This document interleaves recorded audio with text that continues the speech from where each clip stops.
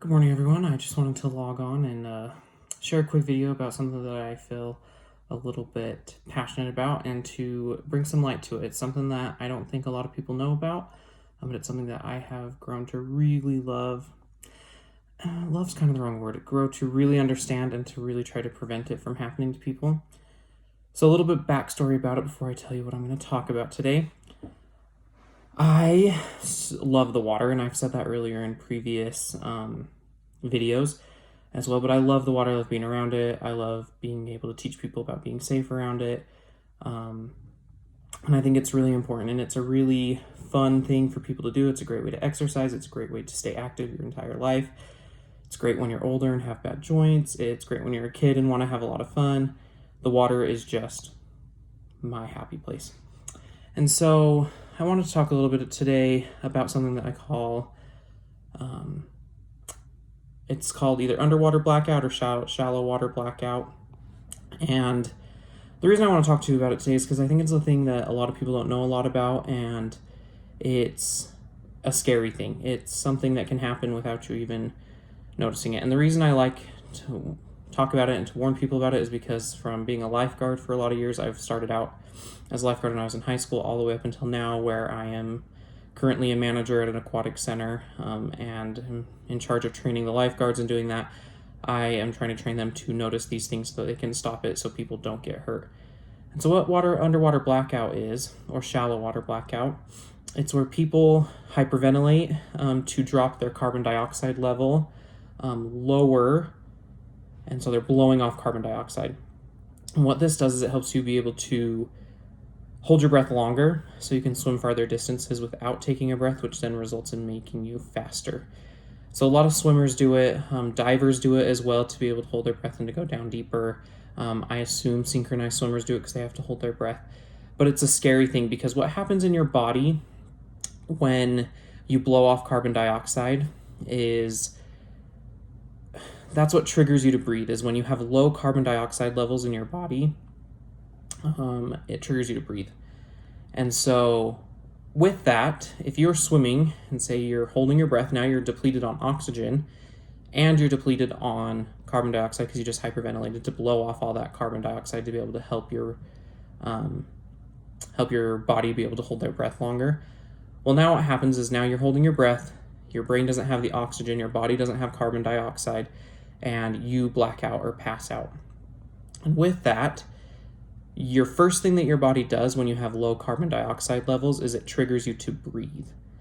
And so if you're in the pool and you black out, now you're laying face down in the water, the first thing your body does after you black out or after you go unconscious is that you breathe.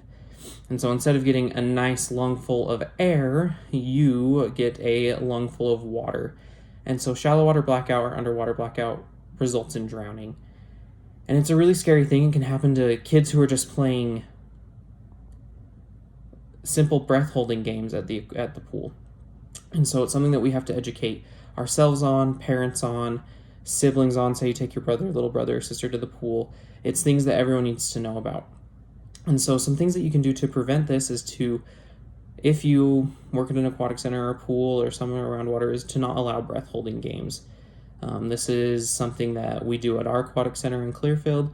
We do not allow people to hold their breath for long periods of time.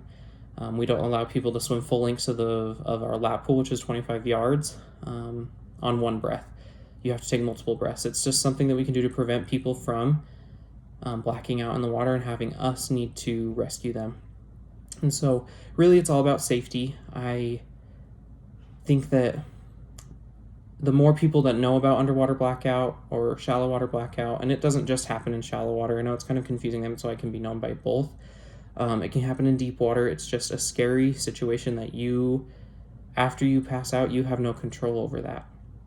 And so then you hope that you have a great lifeguard staff and great lifeguards there if you do ever get into that trouble. But I think there's a lot of ways to prevent that.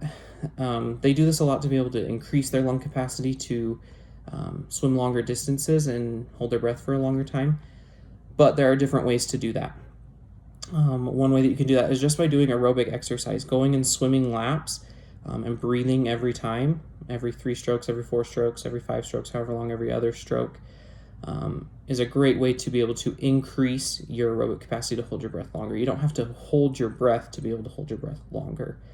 It's a great way to do that. And you don't even have to swim to do that. You can just go and get on a bike or an elliptical and do aerobic exercise to help you hold your breath longer, to do that aerobic exercise to be able to hold it. So really, I just wanted to inform you guys on shallow water blackout, some things you can do to prevent it, kind of what it is and how it can happen.